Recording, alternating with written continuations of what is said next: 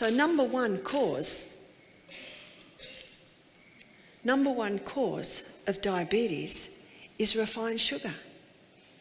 Did you know that there was no diabetes on the planet till sugar was well established? But something else has come along. And you will find that most of these foods are made out of it. It's the hybridized wheat. The hybridized wheat, how could that be? In the 1950s, wheat went through intensive crossbreeding. You see, they wanted to produce a plant with a high yield of grain to help with the starvation crisis in Africa, in India, in Mexico. And they they created one. Now this plant only grows that high. When I was a little girl and you went out west, the wheat was that high. It's not that high anymore. It's only this high. It has to be this high, because if it stayed that high before the heavy yield was ripe, the stalk broke. So they had to create one that only grew about 2 foot with a thick stem to hold the heavy yield of grain. 1969, Dr. Norman Bourlag got a Nobel Prize for his hybridized wheat. 1970, notice the time frame, 1970, this wheat went worldwide. So by the 1990s, every cereal, bread, cake, pie, pizza, pasta, what's it made out of? The hybridized wheat. But what was never addressed was the effect of that hybridized wheat on the gut. So what I want to show you now is what it did to the starch. That's where it's particularly pertinent in the area of diabetes. And as you'll see, heart disease.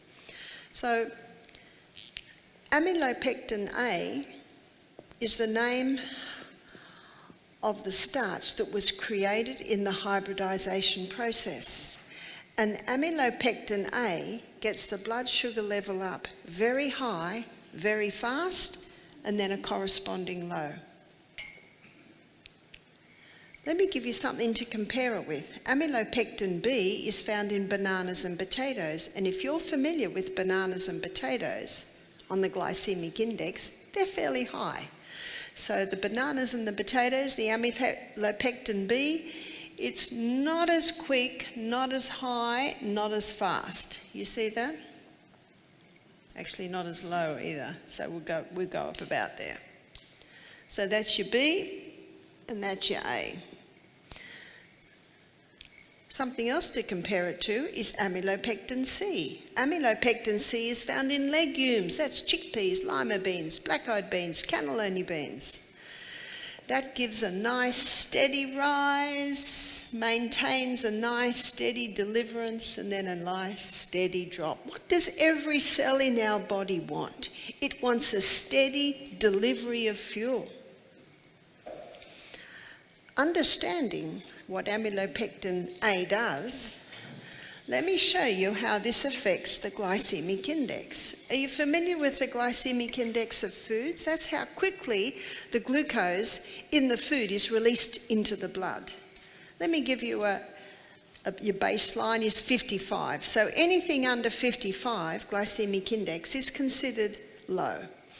So your cherries are about 26. Grapefruit, that sits at about 25. So people with diabetes, they're good fruits because they're low GI, slow release of glucose. Sugar. Where does sugar sit? Whether it's white or brown or tan or dark brown, it's 59. Now that's not a surprise. Now your white bread, white cereals, so let's say the white wheat, the refined wheat, it sits at 69. Do you know what that means? A slice of white bread will get the blood sugar level up higher than a lolly. Why? It's because of the amylopectin A. Remember that type of starch that was created in the intensive crossbreeding? I'm glad you're sitting down because the next piece of information is shocking. Wholemeal. Wholemeal wheat, 72. How could that be? Well, because it's not refined, it has more amylopectin A in it. Can you see that? Do you know what that means? That wholemeal bread on your glycemic index is even worse than white. Now, please don't quote me as saying Barbara says white bread's better than brown, okay? Please. Regarding the gut, the wholemeal's better because you got the fibre, you got more B vitamins, but regarding the starch,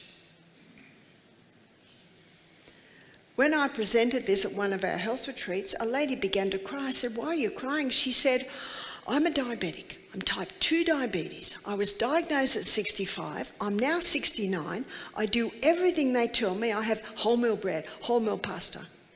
I have wholemeal cereal. And every 6 months I go to the doctor and he puts me on more insulin.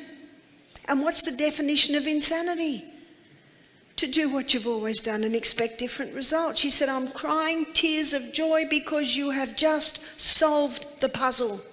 And I'm crying tears of frustration because I don't do what the lady down the road does. She has chocolates and lollies and pizza and cheesecakes. I don't do that." What's every diabetic told to eat?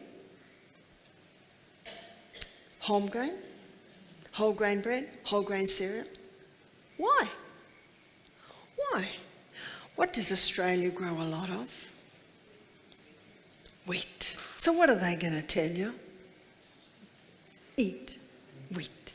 And so this is explaining that this is not an epidemic, this is a pandemic. Do you know what it said on the news 2 weeks ago? Every 4 minutes in Australia, another diabetic is diagnosed. That's crazy. And if you look at that time frame, by the 1990s, all the wheat we're eating is hybridized. So we're looking at one of the first 2 things you've got to stop to conquer diabetes, and that is the refined sugar and the hybridized wheat. So what do you eat? Spelt. Spelt is, and on Friday night when I look at the acid alkaline, I'm going to show you what happened to the gluten structure of the wheat. But spelt and kamut, they have not been hybridized, so they don't contain that amylopectin A. If you want to pursue this a little bit more, there's a book called Wheat Belly by Dr. William Davis, and he explores this subject and will explain it to you. Amylopectin exists in 3 structural forms, classified based on the degree of branching and molecular size.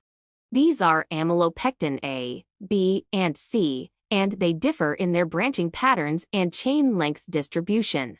Amylopectin A is found primarily in cereals such as rice, corn, and wheat.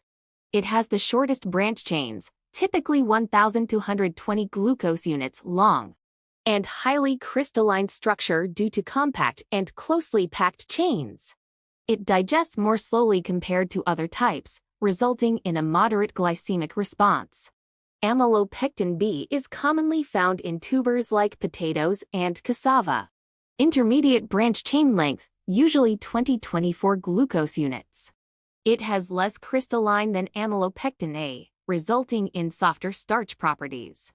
Amylopectin C is predominantly found in pulses, legumes, and some root crops. It has the longest branch chains, typically 2,430 glucose units, and it has the least crystalline, leading to a more amorphous and less compact structure. It is the slowest to digest among the 3, resulting in a lower glycemic index. Amylopectin significantly influences the glycemic index (GI) of foods because of its rapid digestibility. GI is a measure of how quickly a food raises blood sugar levels after consumption, and the structure of amylopectin plays a major role in this process. Amylopectin has numerous branching points in addition to linear chains. This structure allows digestive enzymes like amylase to break it down efficiently, producing glucose rapidly. Foods high in amylopectin are digested and absorbed faster, leading to a high glycemic response. Amylopectin raises blood sugar faster than amylose, a more linear starch component that is digested slowly due to its tight molecular packing. Foods rich in amylopectin generally have a higher glycemic index, such as white rice, potatoes, corn, especially waxy corn, processed starchy foods like white bread and pastries. Some foods contain a mix of amylopectin and amylose, which leads to a moderate glycemic response. Oats, sweet potatoes, legumes, for example, lentils, chickpeas, amylopectin and blood sugar management. Quick energy source. Amylopectin-rich foods are excellent for providing a quick burst of energy, making them suitable for athletes or during recovery after exercise. Drawbacks for diabetics or insulin resistance. Rapid glucose release can lead to blood sugar spikes, which are harmful for individuals managing diabetes or insulin sensitivity. Strategies to lower GI of amylopectin-rich foods. Pair with protein, fiber, or healthy fats to slow digestion. Opt for whole grain versions of starchy foods to include more amylose and dietary fiber. Cook and cool starchy foods like potatoes or rice to increase resistant starch, which lowers their GI. Examples of GI impact. Amylopectin-rich foods are a double-edged sword. They provide quick energy but can lead to blood sugar spikes if not balanced with fiber, protein, or fats. Understanding its role in the glycemic index can help tailor dietary choices to individual health needs, especially for those managing blood sugar levels or seeking sustained energy.